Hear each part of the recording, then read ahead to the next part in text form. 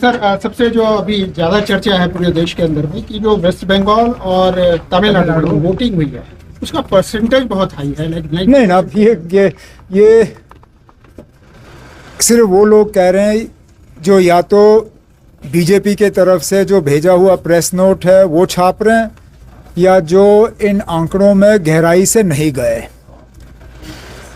Waste Bengal में अगर वोटरों की तादाद देखी जाए तो उसमें कमी आई है, परसेंटेज में बढ़ोतरी आई है क्योंकि आपने वोटर कम किए हैं। एसआईआर की बदौलत इतने सारे वोटर आपने निकाले हैं कि जब पिछले इलेक्शन के मुकाबले इस बार वोटरों की तादाद कम हो गई है, परसेंटेज बढ़ गया है। तो ये बीजेपी वाले सिर्फ ओवरऑल परसेंट के बारे में लोगों को बता रहे हैं, ये नहीं बता रहे हैं कितना बड़ा हिस्सा बंगाल का जो है उनको इलेक्शन और वोट से महरूम रखा गया है।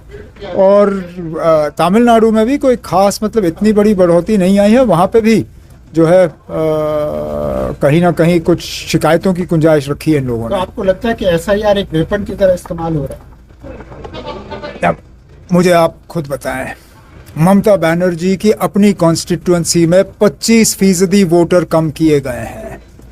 वेस्ट बंगाल में 70 सीटें ऐसी हैं जहां पिछले इलेक्शन में जितना बीजेपी का मार्जिन था हार का, उससे ज़्यादा वोटर जो हैं वोटर लिस्ट से बाहर निकाले गए हैं। मतलब कि 70 सीटों पे मार्जिन आपने निकाल दिया। अब अगर ये वेपन नहीं है तो क्या है? इसलिए मैंने हमेशा कहा है, मैंने कहा ना, हमें डर इस बात का नहीं है कि मशीन में धांधली होगी, क्योंकि मुझे मशीन का इतना नहीं है खतरा जितना प्री इलेक्शन मैनेजमेंट में ये लोग करते हैं, डिलिमिटेशन में और वोटर लिस्ट में धांधली। और बदकिस्मती से हम तो चाह रहे थे कि अदालत इस चीज़ का इसका नोटिस लें और इस पर सुनवाई करें, लेकिन उन्होंने फ़िलहाल इस मामले को इलेक्शन के बाद तक टाल दिया है। लेकिन उम्मीद करेंगे कि लोगों को इंसाफ मिलेगा, क्योंकि ऐसे ऐसे लोग जिन्होंने सरहदों पे इस मुल्क की रक्षा की है, वर्दी पहन के जो है उन्होंने हमारे दुश्मनों का मुकाबला किया है। जब तक वो 30 साल सर्विस दे रहे थे हमें कोई शिकायत नहीं थी, तब तो हम उनको कह रहे थे कि आप पक्के हिंदुस्तानी हो। लेकिन अब जब वोट डालने की बारी आ जाती है हम उनसे कहते हैं ना, अब आप हिंदुस्तानी नहीं हो, हम आपको वोटर लिस्ट से बाहर निकालेंगे। ना, अगर ये उन लोगों के साथ नाइंसाफ़ी नहीं है तो क्या है? वर्दी पहन के उन्होंने इस मुल्क की रक्षा की और आज हम आपसे कहते हैं ना, आप वोट डालने के लायक नहीं हो, ये सरासर उनके साथ नाइंसाफ़ी है। सर, इम्पीचमेंट के लिए 73 जो एमपीज हैं उन लोगों ने इसी के खिलाफ सिग्नेचर किए हैं। मामला पार्लियामेंट के सामने है, देखते हैं पार्लियामेंट में क्या होता है। लेकिन चलिए ना भी हो, अगर इतने एमपीज ने कागज़ पे दस्तखत किया है तो ईसी को कम से कम ये तो सोचना चाहिए कि कुछ ना कुछ तो उनके काम में कहीं कोताही है, कहीं खामी है कि इतने सारे एमपीज उनके खिलाफ आए।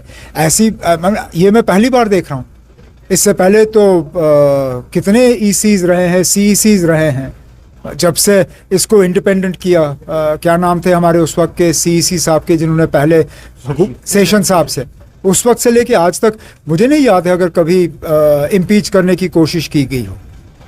तो कहीं ना कहीं ईसी में कुछ ऐसी कमजोरियां हैं जिनको दुरुस्त करना होगा। शायद ये पहली बार है जब 7 राज्यसभा एमपी जो हैं आम आदमी पार्टी के, वो शिफ्ट करते हैं बीजेपी की तरफ। अब ये आया राम गया राम का सिलसिला कब नहीं चला, और मैं दूसरों की क्या बात करूं, मैं उस पार्टी से ताल्लुक़ रखता हूं जो इस बात का शिकार रही है कई बार। 1984 में जब मेरे वालिद साहब की हुकूमत उस वक्त गिराई गई, कई सारे हमारे एमएलए खरीदे गए, तो ये पहली मर्तबा नहीं है। हुकूमत जो तंजीम अपने आप को हुकूमत में पाती हैं, बीच बीच में बदकिस्मती से ये चीज़ें हो जाती हैं। अब आम आदमी पार्टी, मैं अपनी जगह ये कहूँ कि ठीक है ये लोग चले गए, लेकिन आम आदमी पार्टी को फौरी तौर इसका थोड़ा सा नुकसान होगा। लेकिन आप खुद देखिए, अब इनमें से एक भी ऐसा नहीं है जो अपनी सीट खुद जीत सके, एक भी नहीं। ये सारे जो हैं राज्यसभा के ज़रिए पैराशूट होके आए हैं। मुझे नहीं लगता है इनमें से एक भी अपनी ताकत पे पंचायत इलेक्शन जीतने के पोजीशन में हो। तो ठीक है, आज हवा बनी, थोड़ी सी खबर बनी, ये लोग चले गए, लेकिन मुझे नहीं लगता इनके आने से बीजेपी को ज़मीनी सतह पे 10 वोट का फ़ायदा होगा। कोई इम्पैक्ट आपको पंजाब की राजनीति में, नेशनल पॉलिटिक्स में? अगर ये लोग इतने मजबूत होते तो ये एमएलए होते, लोकसभा के मेंबर होते, राज्यसभा में ये गए, आम आदमी पार्टी ने उस वक्त उनको क्यों बिठाया वो आप भी जानते हो, मैं भी जानता हूँ। लेकिन मुझे नहीं लगता इनमें से एक भी जो है ज़मीनी सतह पे 10 वोट जो है बीजेपी को दिलवा सकता है। Leader of opposition Rahul Gandhi ji ने कहा है आरएसएस को कि ये राष्ट्रीय सरेंडर संघ है।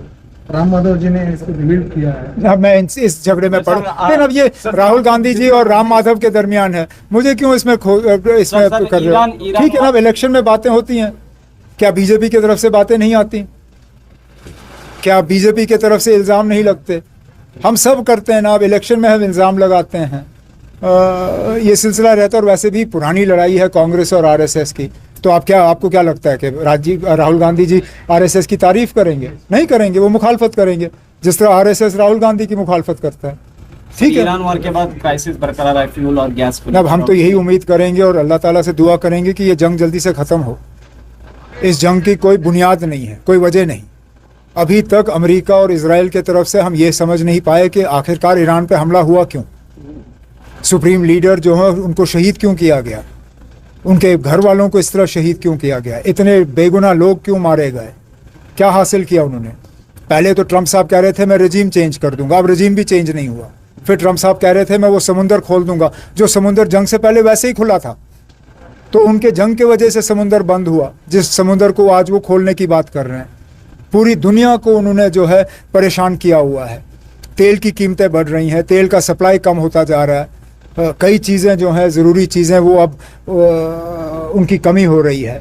हम तो ये उम्मीद करेंगे कि जल्द से जल्द जो है ये जंग ख़त्म हो जाए और ईरान को इस जंग का कॉम्पनसेशन मिलना चाहिए जो उनको नुकसान हुआ है, क्योंकि ये जंग उन्होंने शुरू नहीं की, ये एक नाजायज़ जंग उनके ऊपर ठोसा गया है और उनको इस जंग के लिए जो है जो उनको नुकसान हुआ है, माली नुकसान, जानी नुकसान की कोई कीमत लगाई नहीं जा सकती, लेकिन तब भी उनको ईरान को इस चीज़ का कॉम्पनसेशन मिलना चाहिए, ईरान और अमेरिका और इजराइल की तरफ से। सीज फायर की बातें हो रही है, लेकिन ऐसा ज़मीनी हकीकत देखिए ना, हम तो सिर्फ दुआ कर सकते हैं, उम्मीद कर सकते हैं। हाँ। बातचीत तो अमेरिका और ईरान ने करनी है। अब अगर हमारा पड़ोसी मुल्क इसमें कोई अच्छा रोल अदा कर सके तो अच्छी बात है, करें, हमें एतराज़ नहीं होना चाहिए। हमें तो सिर्फ इस बात से गर्ज होना चाहिए कि जल्द से जल्द वहाँ ये जंग ख़त्म हो और अमन दोबारा बहाल हो। शुक्रिया साहब के आज यहाँ घर आए।